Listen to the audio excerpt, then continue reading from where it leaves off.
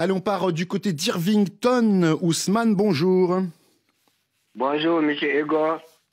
Soyez le bienvenu, Ousmane, nous vous écoutons. Merci de m'avoir donné la parole. Au Niger, la junte a lancé un fonds de solidarité pour renflouer les caisses de l'État. À ce sujet, j'ai deux petites questions. Ouais. La première, pour quelle raison le pays manque-t-il tant d'argent? Eh bien écoutez, Ousmane, pour vous répondre, nous sommes en studio avec Arthur Ponchelet. Bonjour Arthur. Bonjour Igor. Journaliste au service économie de RFI. Arthur, c'est vrai qu'après l'annonce d'un budget en baisse de 40% pour l'État nigérien le 8 octobre dernier, eh bien, le Conseil national pour la sauvegarde de la patrie a lancé un fonds de solidarité pour la sauvegarde de la patrie. Pour quelle raison, vous demande Ousmane, le pays manque-t-il tant d'argent? Eh bien, vous l'avez dit Igor, il faut renflouer les caisses de l'État car elles sont vides ou presque. Vous l'avez dit, ce budget national en réduction drastique de près de 3 trillions de francs CFA. On est passé à un peu moins de 2 trillions. Alors comment en est-on arrivé là? Retour en arrière, le 26 juillet dernier, le CNSP, le Conseil national pour la sauvegarde de la patrie, arrive au pouvoir à la faveur d'un coup d'État mené par le général Tchiani. Il renverse le président démocratiquement élu, Mohamed Bazoum. Suivent alors une série de sanctions régionales. D'abord, les pays de la CEDEAO, la communauté économique des États d'Afrique de l'Ouest, prennent plusieurs mesures. La fermeture des frontières entre la CEDEAO et le Niger, la suspension des transactions commerciales et financières, mais aussi le gel des avoirs du pays sur le marché régional. Et à ces sanctions régionales s'ajoute la réaction de la communauté internationale. Oui, plusieurs pays ont annoncé la suspension de leur aide au développement. Il y a d'abord eu la France, l'Allemagne, le Luxembourg, l'Union européenne. Au total, ils devaient verser 375 millions de dollars au Niger cette année. Seul près de 30% de cette somme a finalement été déboursée.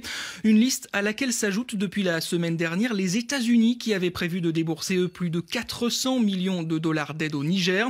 La Banque mondiale a elle aussi suspendu ses versements, tout comme le FMI. Bref, au total, on parle d'un peu plus de 1,2 milliard de dollars d'aide au développement dont le pays serait privé. C'est un peu plus de 6% du PIB. Résultat, le manque à gagner est considérable pour le Niger, Arthur. Oui, sans cet argent et sans avoir accès à ses comptes, difficile pour le pays d'honorer tous ses paiements. Le Niger a d'ailleurs fait défaut sur sa dette le 11 août dernier, une première en 40 ans.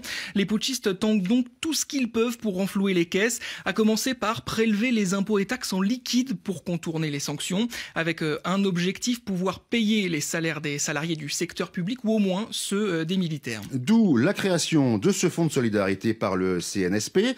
Le régime militaire explique vouloir mettre en place un grand nombre de prélèvements et mettre à contribution de nombreux secteurs, Arthur. Oui, selon le communiqué, ce fonds de solidarité serait financé par des prélèvements sur les hydrocarbures, sur les redevances des opérateurs de télécommunications titulaires d'une licence dans le pays. Les entreprises, ONG et programmes de développement sont également mis à contribution, tout comme le secteur des transports. Un prélèvement de 10 francs CFA par ticket de transport terrestre, par exemple, ou encore 1000 francs CFA sur chaque billet d'avion. Ousmane, vous avez une deuxième question à poser à Arthur. Ouais, ma deuxième question, ce fonds serait-il suffisant pour alimenter les caisses de l'État? Très bonne question, Arthur Ponchelet. Qu'est-ce qu'on pourrait répondre? Oui, c'est une très bonne question. Alors, pour le moment, on n'en sait pas plus sur les modalités d'application de ce fonds de solidarité. Mais plusieurs interlocuteurs nous ont fait part, je cite, du manque de réalisme des prélèvements. La taxe sur les transports, par exemple, ne rapporterait pas énormément d'argent, car les recettes des péages autoroutiers et le trafic aérien sont relativement faibles. Les ONG, elles aussi, sont censées contribuer au fonds, mais depuis la fin de l'aide internationale, leurs caisses sont vides. Bref, on voit difficilement comment ce fonds pourrait rapporter suffisamment d'argent aux putschistes pour boucler leur budget.